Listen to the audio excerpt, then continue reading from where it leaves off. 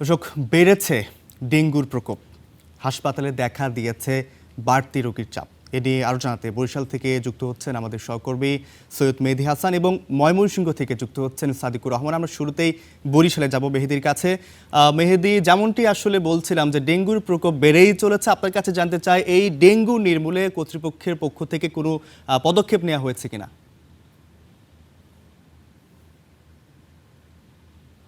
রৌপ, আপনাকে ধন্যবাদ। আমি এই মুহূর্তে রয়েছি বরিশাল শেরে বাংলা মেডিকেল কলেজ হাসপাতালের সামনে। এই হাসপাতালটি কিন্তু 500 শয্যার অবকাঠামো হলেও 1000 শয্যার। এখানেই মূলত ডেঙ্গু সহ অন্যান্য সকল রোগীরা এখানে চিকিৎসাধীন আছে। আমাদের কাছে সর্বশেষ যে তথ্য স্বাস্থ্য বিভাগ থেকে দেয়া হয়েছে যে গত 24 ঘন্টার আগের 24 ঘন্টায় 6 জন নতুন করে শনাক্ত হয়ে চিকিৎসাধীন রয়েছে এবং বরিশাল বিভাগের যে সরকারি হাসপাতালগুলো রয়েছে সেখানে 322 জন রোগী এখন পর্যন্ত ভর্তি রয়েছে এবং জানুয়ারি থেকে এই আগস্ট পর্যন্ত বরিশাল বিভাগে এখন পর্যন্ত মারা গেছেন 8 জন এই ডেঙ্গু আক্রান্ত হয়ে এবং শনাক্তর সংখ্যা ছাড়িয়েছে প্রায় 5500-এর মতো।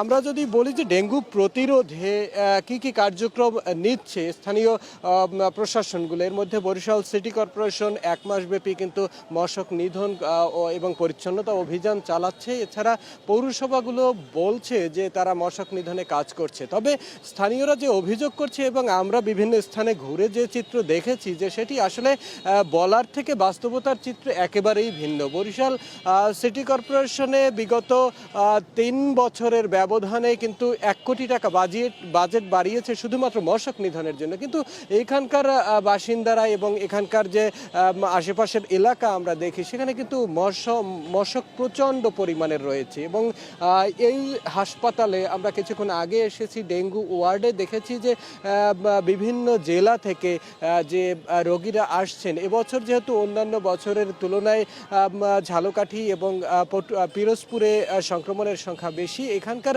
রোগীদের সাথে আমরা কথা বলেছি। তারা যেমনটি বলছেন যে তাদের উপজেলাগুলোতে কিন্তু মশক নিধনের তেমন কোনো উল্লেখযোগ্য উদ্যোগ নাই। শুধুমাত্র দায়িত্বশীল যারা রয়েছেন তারা মুখে মুখেই বলছেন যে আসলে মশক নিধনে কার্যক্রম চালানো হচ্ছে। এই সিটি কর্পোরেশনের বাইরে যে পৌরসভাগুলো রয়েছে, উপজেলাগুলো রয়েছে, সেখানে কিন্তু কার্যকরভাবে পরিচ্ছন্নতার অভিযান এবং মশক নিধনের অভিযান তারা দেখছেন না, ফলে ডেঙ্গু কিন্তু কমে আসছে না।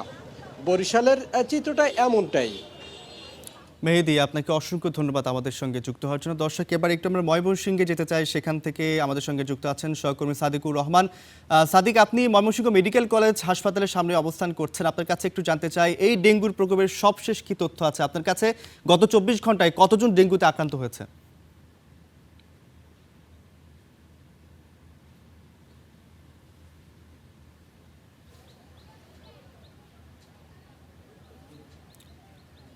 সাদিক, আপনাকে নিশ্চয়ই শুনতে পাচ্ছেন।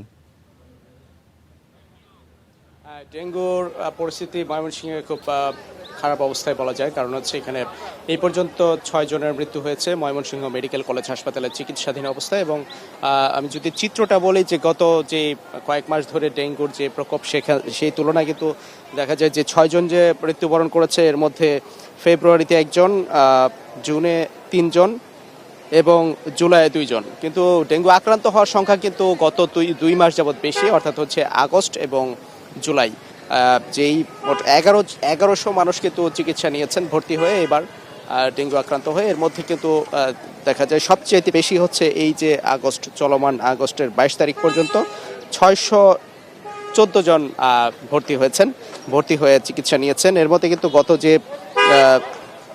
24 ঘন্টায় কিন্তু ভর্তি রোগীর সংখ্যাও কিন্তু রয়েছে বেশ 39 জন ভর্তি হয়েছে এবং ছুটিতে গেছে 11 জন। এই যে মৃত্যুর সংখ্যা, এটা রোধে সর্বোচ্চ চেষ্টা চালিয়ে যাওয়া হচ্ছে। তবে একটা বিষয় জানিয়ে রাখি যে ময়মনসিংহে যে হাসপাতালে ভর্তি হয়ে যারা চিকিৎসা নিচ্ছেন এবং মৃত্যুবরণ করেছেন তাদের মধ্যে কিন্তু আসলে সবাই যে ময়মনসিংহের তা কিন্তু না। আশপাশের জেলাগুলি যে রয়েছে নেত্রকোনা, কিশোরগঞ্জ, শেরপুর, এমনকি গাজীপুরের রোগীরাও কিন্তু ঢাকায় না গিয়ে ময়মনসিংহে এসে চিকিৎসা নিচ্ছেন।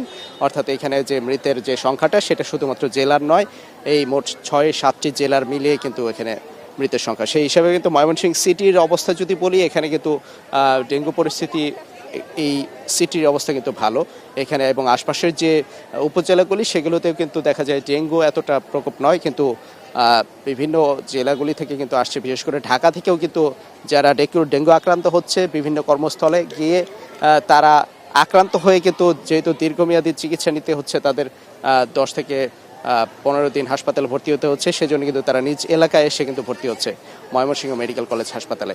তো এই যে বিষয়টি কিন্তু দাঁড়িয়েছে যে এলাকা ভিত্তিক, এবং আরেকটা বিষয় ময়মনসিংহ মেডিকেল কলেজ হাসপাতালের যে চিত্রটা, এখানে কিন্তু রোগীর চাপ কিন্তু অনেক বেশি, যেহেতু এই একটা হাসপাতালের উপর নির্ভর করে থাকে বিভিন্ন কয়েকটা জেলার মানুষজন, যার ফলে এখানে রোগীর চাপ বেশি এবং বলতে গেলে হিমশিম খেতে হচ্ছে চিকিৎসকদের, তারপরে সর্বোচ্চ চেষ্টা চালিয়ে যাচ্ছেন তারা। এই ছিল এখান থেকে সবশেষ। সাদিক, খুবই দুঃখজনক ঘটনা। আপনাকে অসংখ্য ধন্যবাদ আমাদের সঙ্গে যুক্ত হওয়ার জন্য।